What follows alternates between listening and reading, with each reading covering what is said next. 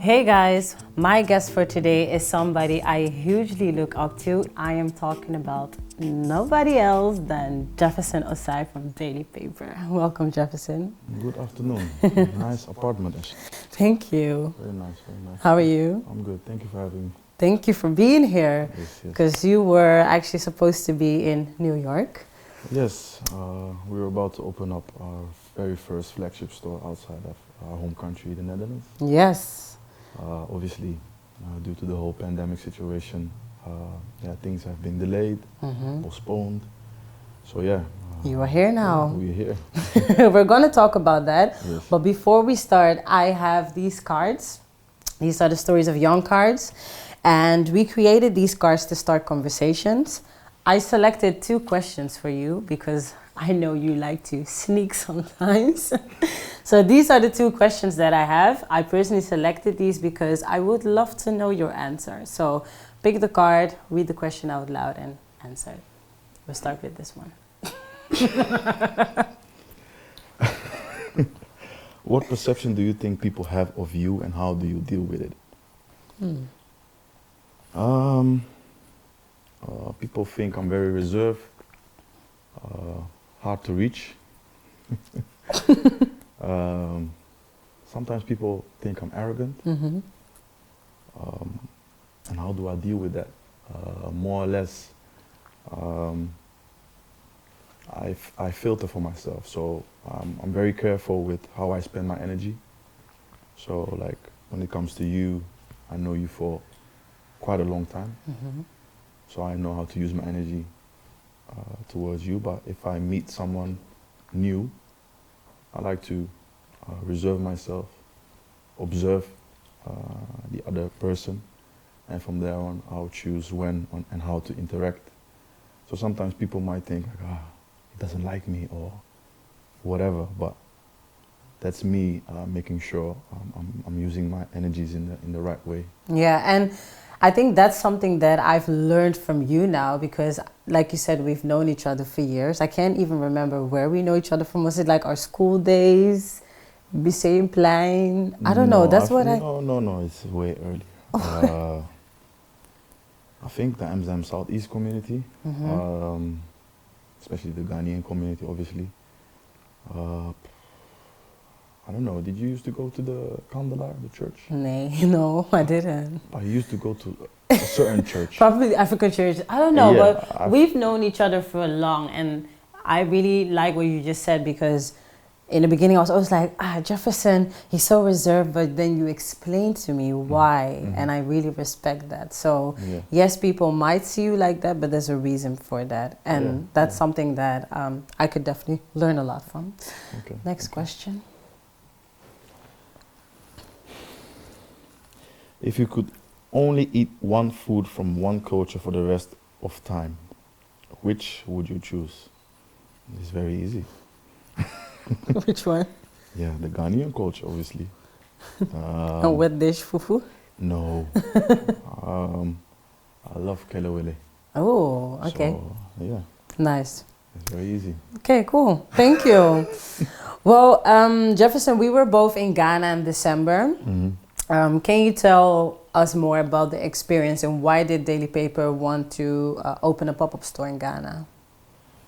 First and foremost, Daily Paper is inspired by our African heritage. So I founded the brand together with Hussein Suleiman. He has Somali origins, and Abdurrahman Trapsini, he has Moroccan origins. And ever since we started the brand, we felt that our background was not well represented in the fashion realm industry. So we wanted to make a change. So from there on, we started to build a whole narrative around our platform. Because when we started, the brand was a blog. We were writing stories about us as a collective. We were traveling around the world, hosting exhibitions, events, going to fashion parties, fashion weeks, and we were covering that on the blog.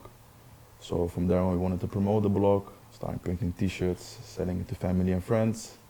All of a sudden it became something big, so we stopped blogging because blogging was in 2010. It was a way to start. It was a way to start, but if you look at the current times, people are vlogging now. Yeah. And at that time it was blogging. Yeah. So there were so many blogs. And so there was a different definition of blogging than what people think now. Yeah. So we felt that we had to make a change to our platform. So we decided to start expanding to clothing. And when we started, as I already mentioned, we felt there was a certain gap missing. Yeah. Obviously, you already had folklore brands that really represented the heritage of African cultures and African countries. But we felt that it wasn't translated towards a more Western narrative, a more accessible narrative. So that someone in Venlo or in deep ends of Germany can wear something culturally African related and support a certain story. So we felt that we had to build a bridge with our brand. And fast forward, we've opened up 2 stores in Amsterdam. The brand is sold in 29 countries in approximately 200 multi-brand stores around the world. And we always feel that the story that we are trying to tell hasn't been told everywhere. Yeah. So how we do try to tell the story is to being present in a certain market by hosting pop-up stores. So we've done pop-up stores in Berlin, we've done in London, we've done several in Paris, with our showroom obviously during Fashion Week, and in South Africa. Yeah. South Africa was actually the very first on African soil. Yeah, I can remember that. Yeah, and that we've been doing that for 4 years now, and we felt like, okay, it's time to make the step to either East Africa, North Africa, or West Africa. So we sat down, the 3 of us, and we felt like, okay, what is logistically and operationally doable? Yeah. As you all may know, the situation in Somalia is somewhat unstable, so therefore also not safe. Yeah. With a previous project that we did in Ghana with Puma, where we made a football pitch for African Girls School, we, not per se me, but my companions, Abdurrahman and Hussein, they were convinced after that their first time visit in Ghana that we had to do it in Ghana. So I didn't even have to say like, yo guys, we're gonna do it in Ghana. They were like, nah, let's do it in Ghana. That's nice. Don't even think about Somalia or Morocco. So do you notice any cultural differences between the 3 of you? Because you guys, the 3 of you come from Africa, but different parts of Africa. Yeah, obviously. So do you notice any cultural differences? First and foremost, Abdurrahman and Hussein are Muslims. Yeah. I also believe in God, but I was raised in a Christian way. But there are obviously, same rules apply in terms of religion. So we always find common grounds. And I fast during Ramadan, so I grew up with Abdurrahman and lots of different Muslim people in different communities, so also Ghanaian Muslims, Nigerian Muslims, but also Moroccan, Turkish. So I learned a lot from that culture. Yeah. So I understand them and they understand me. And obviously the 3 of us have been raised by the street, more or less. So that's how we understand each other at all times. And what I love about you as well is that what I noticed early on is every time when you greet somebody, you greet them in their language. And I think we spoke about it before, or I don't know, but I noticed it, and that's how you really respect other people, their cultures. Yeah. And but you're also very invested in your own Ghanaian roots. Yeah. You were born in the Netherlands. Yeah. You've been calling yourself Papa Ghana for years. Yeah. Why? Like, where did this come from? Okay, yeah. Can I finish the previous story? Yeah, please, you can. You can. So, yeah, that's why we started the pop-up store in Ghana. Yeah. And ever since we started Daily Paper, people have been perceiving the brand as African-based. So after the pop-up store in South Africa, we really felt that now is the time to do something in West Africa. Yeah. To give back to the people. And what happened there is, it was obviously during the year of return, There was a lot of media attention towards this whole period, and yeah, we gave something to the people. So our products were not like priced as they are here. Yeah. They were way cheaper. People could access our daily paper universe, have a chat with us, visit events, panels, parties. And obviously I went to many of the events. Yeah. Also the year of return was definitely a huge thing. I think it was very smart what you guys did. Also because a lot of people, some of the people did not know about daily paper. A lot of people wanted to be part of daily paper for years. And you guys created that platform with talks, etc. But again, I do want to know, where did this name Papa Ghana come from? Yeah. So just to break it down for you, the Papa doesn't mean father. Okay. It means someone great from Ghana. Yeah, because like, I don't know if you guys know Papa Wembe. Yeah. Yeah, so he's greatness from Congo, and that's what it means. And it's an oath to illegal taxi driver, a snodder, how they call it here in Holland. And he is a person that always took care of people, especially the Ghanaian community, by offering them free rides. Also, yeah, relating with them on a personal level. So it's actually a myth from the Ghanaian culture in Amsterdam. So I felt like I should give him an oath, more or less. I did not know this story, so that's really cool. And that was also your kind of DJ name, right? Back in the days? Or Yeah, my artist name. your artist name. Yeah, And do you still play? Yeah, I can play, but it's time to pass the torch to the young kids. Okay. Well, you guys, like I said in the beginning, have been reclaiming the narrative of Africa for a very long time now. And I'm saying reclaiming instead of changing the narrative, because with Daily Paper, you've really been pushing what's already there in Africa.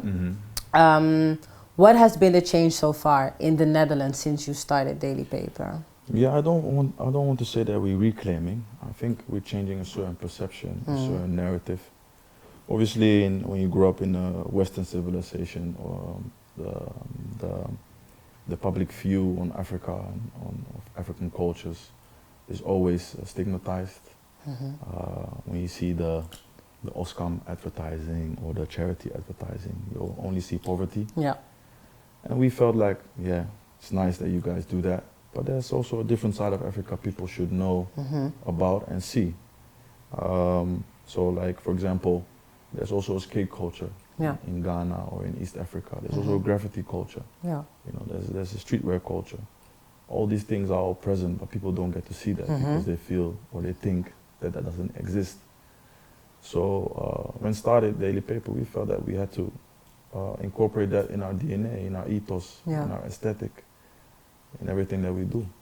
Do you feel like that people in the Netherlands or all over the world, because of Daily Paper, have that the narrative of that, the perception of Africa has changed? Because the interesting thing is we were both born here, right?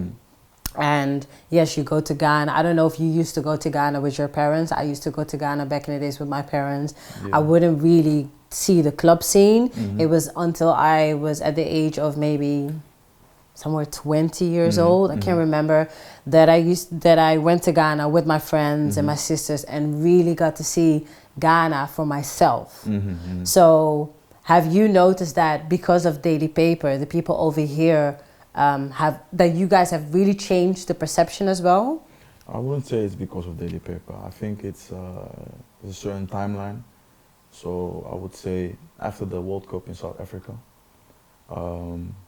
African culture became more accessible for the Western civilization. And obviously we started the brand based on that maybe 4 or 5 years before that. But it really contributed to people getting to know about different countries and the cultures within Africa.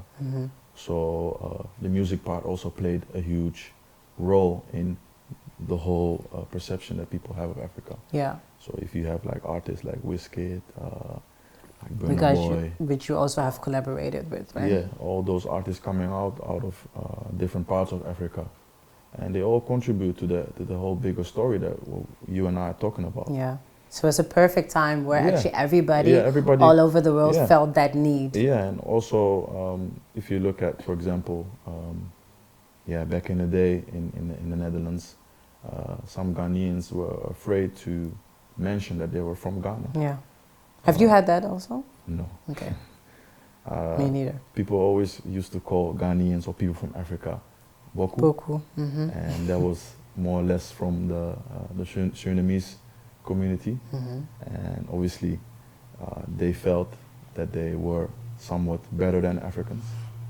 But I always reminded them that we are from the same continent. Exactly. So don't let people tell you something else. Which is so interesting because I was just talking to a friend that is from Suriname about the differences, and she was like, yeah, but she's from the diaspora and she sees that we are very connected with Africa. I'm like, yeah, but we are from the diaspora as well.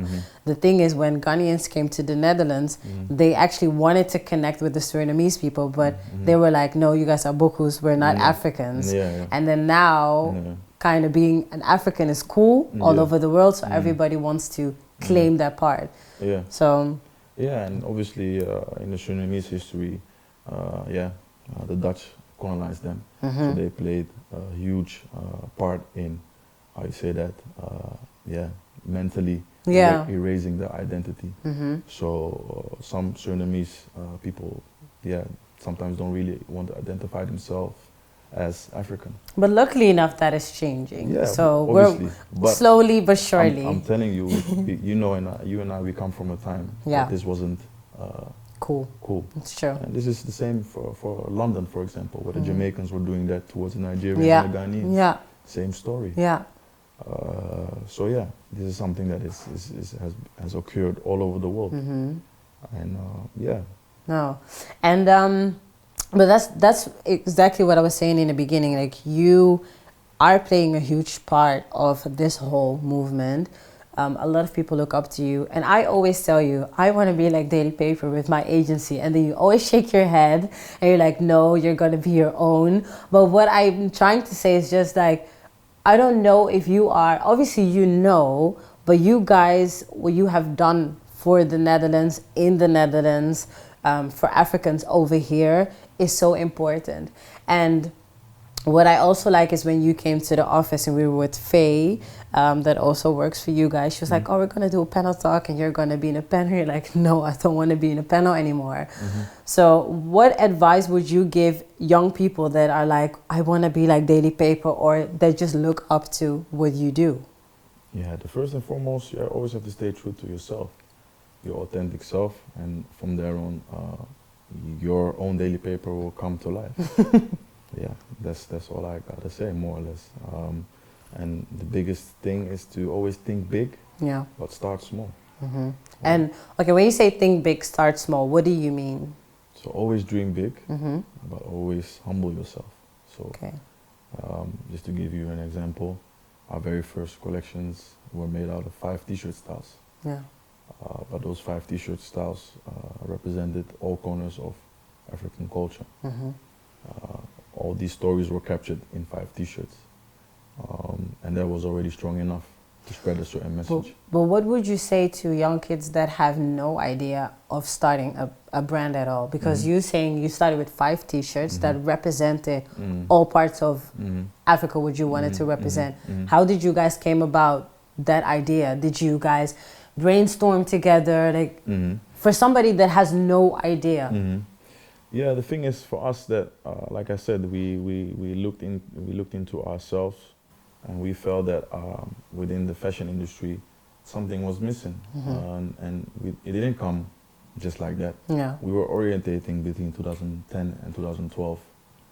So at that time, it was kind of very easy to jump on a trend. So would you say in the 2 years you guys were testing and making samples, or were you already selling, like between 2010 and 12? Yeah, we were making samples. We were also still promoting the blog, and at that time there was a period where a lot of I like to say hipster gothic black brands came. So like very dark, like Rick Owens, streetwear brands that were like all black everything. Yeah, And I at that remember time, it those was days. very easy to jump on that trend. Yeah. So that was a possibility for us, but we chose the hard route because that we felt that that could create like a certain long-term thingy. Yeah. And yeah, with that said, that's how we started to build with that idea. Like, okay, there's so much more to tell about certain cultures. Why don't we translate that into clothing? Yeah, and talking about building, this summer I came to the office and we were talking about building a legacy. We had a really interesting conversation, and also about how, you know, us having this platform, how we really want to help the next generation, young people of color. How do you guys at Daily Paper make sure that it's still diverse on like the workplaces? Yeah, like it's very important for us that that all types of cultures are represented in our office.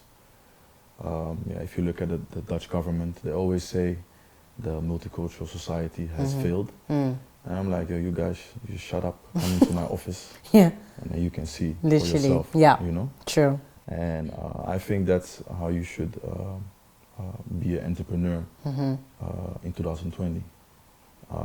When you come to our office, you don't see someone in a full tuxedo or suit. Yeah. You don't even know who's the boss. Our average age is 26 at the office. Yeah. So that's the thing that we have. There's a certain way of certain energy that's at our office that's completely different, and that has been created by being inclusive towards all types of cultures. And has that always been like that from the beginning, when you guys would like put out a job application? Would black people or young colored people also apply for the job? Or when we started, we were still a very small brand, so Yeah. people would come up to us very easily. So one of those people is Nathan Badu. He started as a finance intern. He was basically doing our bookkeeping. And I remember you guys were in London long time ago, and you told me, "Oh, Ash, come over, London fashion London week." collection. Yeah, with Nathan as well. Yeah, but, that was long before. But like he started out as an intern, and now he's a manager. And Wow. he just turned 25. Sick. So we've always had this mentorship type of DNA within us, because nobody held our hands when Daily Paper was started. So we felt like, okay, there are some young Husseins, some young Abdurrahmans, some young Jeffersons who also have a certain idea or a certain dream that they want to pursue. So why not help them? Why not open up our doors and function as a platform? Because there's so many talents that have passed our office spaces and are now working for bigger companies, or have started their own platform or own whatever. So and I like that idea. Yeah. So like, it's not as if we want to keep everything for ourselves and we don't want to share the cake. And Because like I said, we are built on inclusion, not exclusion. Yeah. Some brands, some initiatives have been successful along the way by being very exclusive. Yeah. But we felt it's time to change that. It's by making the doors open. And you mentioned before, in the beginning of this conversation, that you guys are opening a store in New York. Yeah. You were actually supposed to be in New York. Yeah. I'm happy you're here. Can you tell me more about the store in New York? The store in New York, we had this idea for more than 2 years now. It's like after we opened up the Amsterdam store, we immediately knew like, okay, the physical experience that we have created in Amsterdam can function as the blueprint for the rest of the world. So why not try overseas? So initially we wanted to open up in London, but London is, compared to New York, way more expensive. Yeah. So we felt like, okay, looking at the current tendency in America. If you look at the people of color out there, they're really looking into like, okay, where do I come from as a human being, with the whole ancestry.com. Yeah. And that really ties into the daily paper story. Yeah. So we felt like, okay, this is the right time to initiate something in the US. And our story is best interpreted if we are there physically. Yeah. And yeah, the store is gonna be in the Lower East Side of Manhattan. The Lower East Side is you can kind of compare it to Amsterdam East or Old West. Okay. Yeah, it's like a community-driven area. So lots of sports activities are there. The youth culture is very present there, and it's not a bougie location. And who makes those decisions when you guys say, okay, we want to take the next step to go to New York? Are the three of you guys brainstorming together and like, okay, let's go to New York? Do you have an extended team? No, it's always the three of us. So just to give you an example, Hussein, he's like the dreamer, and Abdurrahman is also the dreamer, and I'm in between. Okay. The realistic one and the most grounded one. So we always come to a mutual understanding when it comes to certain decisions that are being made. Yeah, Hussein always wanted to live in New York, based off his love for hip hop. He always wanted to initiate something in New York, do something in New York. So after we did a pop-up store in London, we felt like, okay, let's start looking for a space in London, but that was too expensive for us. Yeah. And then we felt like, okay, which other city resembles Amsterdam the most? And that's New York. New York, yeah, dope. Maybe you all know, like Amsterdam, New York used to be called New Amsterdam. Yeah, true. Obviously, it's way bigger than Amsterdam now, but in terms of diversity and the way the city is condensed, it really resembles Amsterdam. Yeah, so we decided like, okay, we're gonna split up, divide and conquer. So Hussein went to live in New York for 9 months. He more or less did the field research, because before he was living there, we already had a huge community out there of international friends that we got to know along the way,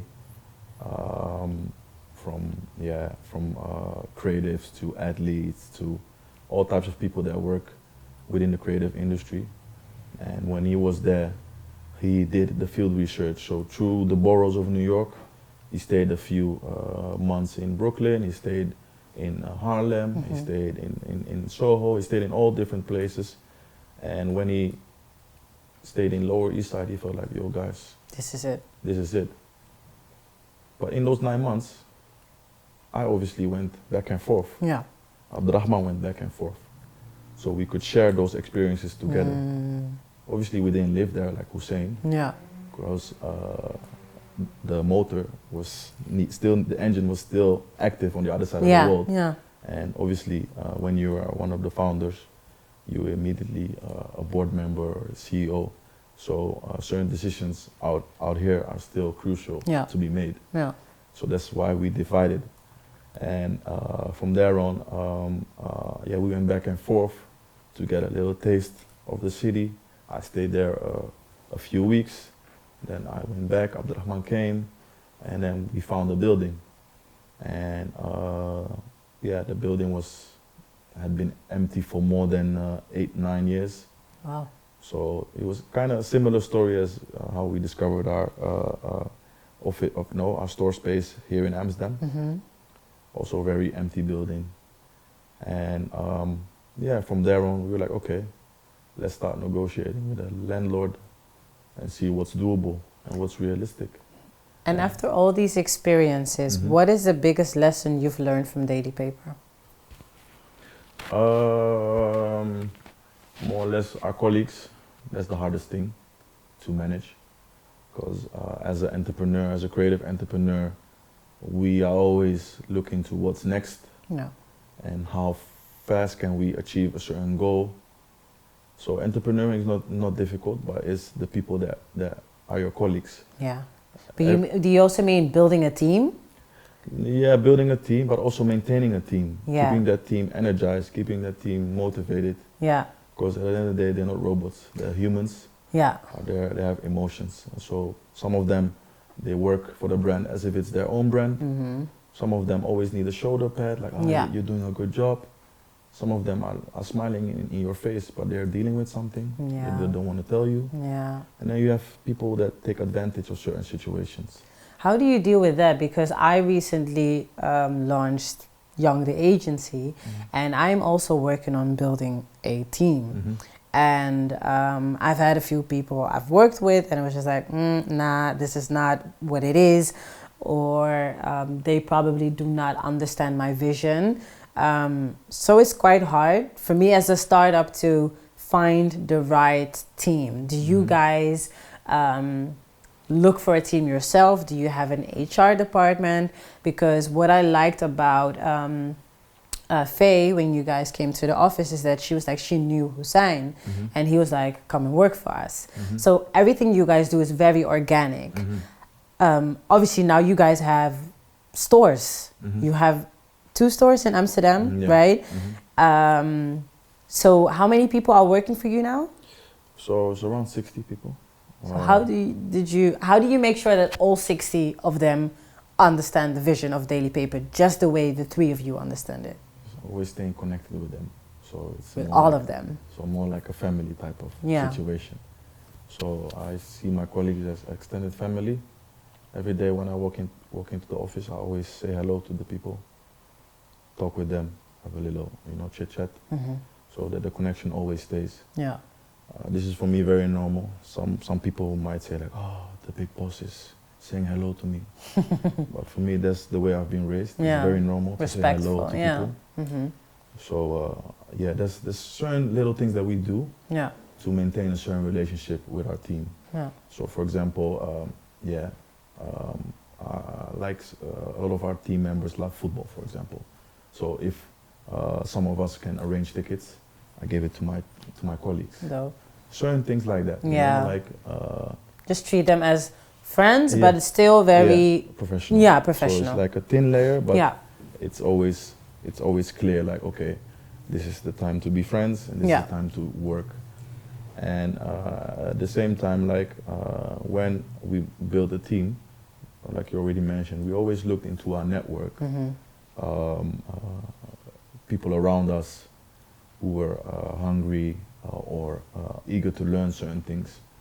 And from there on, we started working with the HR department internally. Yeah. And obviously based on our own connections and our own wishes of like, okay, this is the colleague that I want to have at this position, Yeah. etc., etc. It took a while before we had an HR team. Yeah, obviously. So first we built a management layer and management of some unexperienced, some experienced people in all different departments, and we gave them the freedom to create their own team. Yeah. Cool. So they have the freedom to get interns, Yeah. keep certain interns, offer contracts to people that apply for a job. And at the end of the day, obviously, we all have to sign the contracts. Yeah. But yeah, Okay. it's all about giving some freedom to your people, and also include them into certain decision making. Yeah. So it's the 3 of us, but it doesn't mean that we know it all. Yeah. Yeah. Yeah. So Obviously- you also learn from. Yeah, of course. Yeah. If you, the best thing that you should do as an entrepreneur is hire people that are better in something than you are. Yeah. That's how you entrepreneur. Obviously, you can have the ideas, you can know the vision or whatever, but you always have to have people around you that do things better than us. So in terms of, like, for example, operations or finance, or certain marketing activities or certain design activities or certain, all different aspects Yeah. that we can't do All by ourselves. all by ourselves anymore.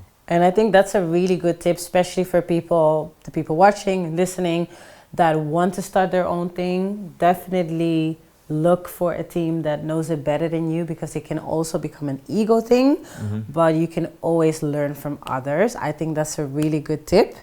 And also something that we can round up with. You quickly said something about football. I know you love football, and we are also going to do something together in Ghana together. I'm probably going to create my own soccer team. Yeah, your own football team. Yes. My own football team, in collaboration with Daily Paper in Ghana. So I'm really excited. I'm excited about the future. I'm excited about New York, and definitely us working together in Ghana. Jefferson, I really want to thank you. Oh, was that it? Yeah. Oh, wow. We can talk for ages, right? We can talk for ages. No, but I really love this conversation. I feel like a lot of people that want to do something for themselves, or know you but haven't heard these things from you before, can really learn from this episode. And it's good that you want to have more conversation, because that means you guys need to follow Stories of Young. Definitely Daily Paper if you're not.